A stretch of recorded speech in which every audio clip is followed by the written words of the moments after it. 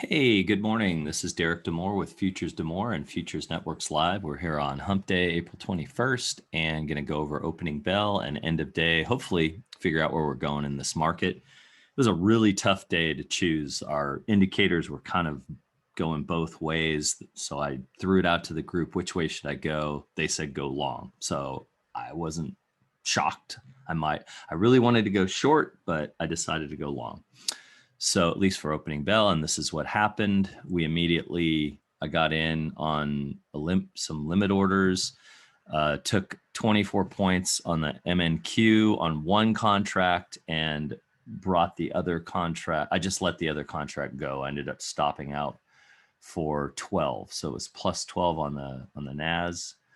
Lost 5 on the M2K. It went down right away. If I would have looked left here, going back, I may have DCA'd down here and just left my my stop below this double tap back April 20th, and then got in kind of as a split contract, 41.1950 and for 1925 and 1850, and ended up taking 650 and 9. So it was kind of like 7.5 or 7.75.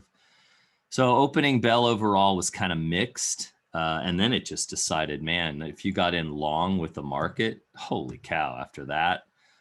We had talked about one note. I just wanted to say that we went over with the group. I just wanted to show you one thing that we were kind of concerned everybody about being long. Then we had a doji at the the 5 minutes after opening bell started, and I was saying, hey, look at this line at 41.1950, and we hadn't had a close above it, and if the next close was above it, that we would be fine. And sure enough, I would have wanted to get into a limit order right around 41.1850, and sure enough, came down, got in. Probably would have gotten out for one contract right at the 200 period, and then it just launched after that. So filled on both. Good trade.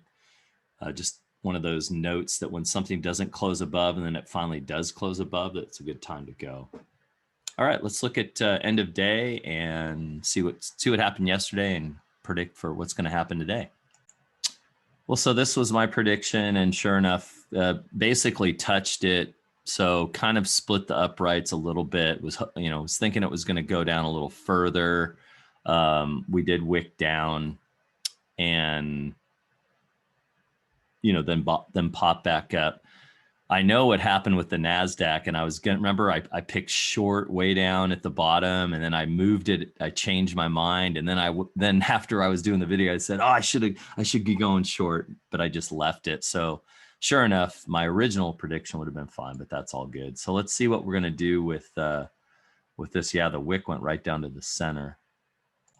Well, it really depends. I think we're going to have a green day. We're bouncing off the 10 period. We closed above it. We are above it right now, the 10-day moving average. So if we come up and touch the trend, the solid part of the trend, and then bounce back, we'll probably be in this area. If we happen to break it, then I think we're going up and probably ending the day in this area. So that's kind of what I see there. And sure enough, if you guys look at the video yesterday, I put my diamond down right where this the top of this channel was, or down, maybe it was down here. So I probably would have ended up a little bit below where I had it. I'd have to go back and watch it. But that was my original thought. Sure enough, it did do that. It didn't turn around how I thought. So this is interesting because unlike the MES where it closed above the 10 period, this closed below it, and now we're testing it to see if we get above it. So this looks kind of a little bit more bearish. Man, so I guess it depends whether this is going to break out and go to the other side of the channel, or it's going to stay in and then be at the bottom of the channel towards the end of the day. We'll find out. These are my two picks. And on the Russell, I came pretty close. I mean, we went down and, the wick got inside, and I almost got to the level I was thinking. So same look here. We've got, this is 3 days below the 10 period, and now we're coming up. So what is this going to end up as?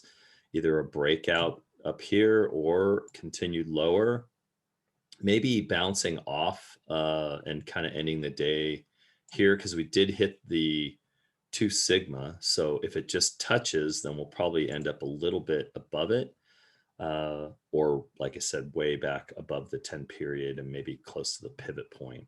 So these are my 2 spots, and man, it's really good having fun with this. Obviously we need some type of correction to go back to the 200-day moving averages on the dailies. It's been almost a year since we've touched most of them, which, we're getting long in the tooth there. So let's watch for that. A lot of things going on in the news.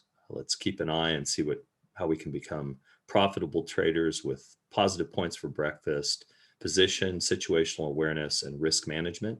And thanks for being a part of Futures to More and Futures Networks Live. Come join us, give a thumbs up and subscribe, and we'll collaborate and get better together. Have a good day.